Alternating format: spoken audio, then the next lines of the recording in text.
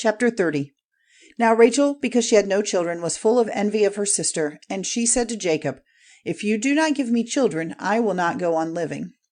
But Jacob was angry with Rachel and said, "Am I in the place of God who has kept your body from having fruit?"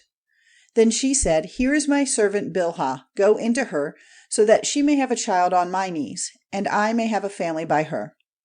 So she gave him her servant Bilhah as a wife, and Jacob went into her. And Bilhah became with child and gave birth to a son. Then Rachel said, "God has been my judge and has given ear to my voice and has given me a son." So he was named Dan. And again Bilhah, Rachel's servant, was with child and gave birth to a second son. And Rachel said, "I have had a great fight with my sister, and I have overcome her." And she gave the child the name Naphtali. When it was clear to Leah that she would have no more children for a time, she gave Zilpah, her servant, to Jacob as a wife. And Zilpah, Leah's servant, gave birth to a son. And Leah said, "It has gone well for me." And she gave him the name Gad. And Zilpah, Leah's servant, gave birth to a second son. And Leah said, "Happy am I, and all women will give witness to my joy." And she gave him the name Asher. Now at the time of the grain cutting, Reuben saw some love fruits in the field and took them to his mother Leah. And Rachel said to her, "Let me have some of your son's love fruits." But Leah said to her, "Is it a small thing that you have taken my husband from me? And now would you take my son's love fruits?" Then Rachel said, "You may have him tonight in exchange for your son's love fruits." In the evening, when Jacob came in from the field, Leah went out to him and said, "Tonight you are to come to me, for I have given my son's love fruits as a price for you." And he went in to her that night, and God gave ear to her, and she became with child, and gave Jacob a fifth son.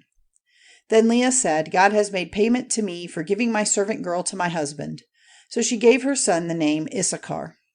And again Leah became with child, and she gave Jacob a sixth son. And she said, "God has given me a good bride price. Now at last I will have my husband living with me, for I have given him 6 sons." And she gave him the name Zebulun. After that she had a daughter, to whom she gave the name Dinah. Then God gave thought to Rachel, and hearing her prayer, made her fertile. And she was with child, and she gave birth to a son, and she said, "God has taken away my shame." And she gave him the name Joseph, saying, "May the Lord give me another son."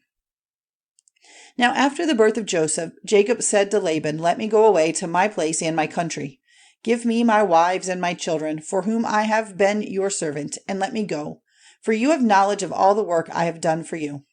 And Laban said, "If you will let me say so, do not go away, for I have seen by the signs that the Lord has been good to me because of you. Say then what your payment is to be, and I will give it." Then Jacob said, "You have seen what I have done for you, and how your cattle have done well under my care.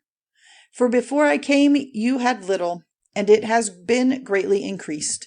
And the Lord has given you a blessing in everything I have done. But when am I to do something for my family?" And Laban said, "What am I to give you?" And Jacob said, "Do not give me anything, but I will again take up the care of your flock, if you will only do this for me. Let me go through all your flock today, taking out from among them all the sheep which are marked or colored or black, and all the marked or colored goats. These will be my payment. And so you will be able to put my honor to the test in time to come.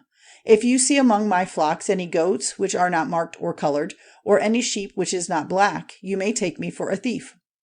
And Laban said, "Let it be as you say." So that day he took all the he-goats which were banded or colored, and all the she-goats which were marked or colored, or had white marks, and all the black sheep, and gave them into the care of his sons, and sent them 3 days' journey away, and Jacob took care of the rest of Laban's flock. Then Jacob took young branches of trees, cutting off the skin so that the white wood was seen in bands, and he put the banded sticks in the drinking places where the flock came to get water. And they became with young when they came to the water. And because of this, the flock gave birth to young which were marked with bands of color. These lambs Jacob kept separate, and he put his flock in a place by themselves, and not with Laban's flock. And whenever the stronger ones of the flock became with young, Jacob put the sticks in front of them in the drinking places, so that they may become with young when they saw the sticks.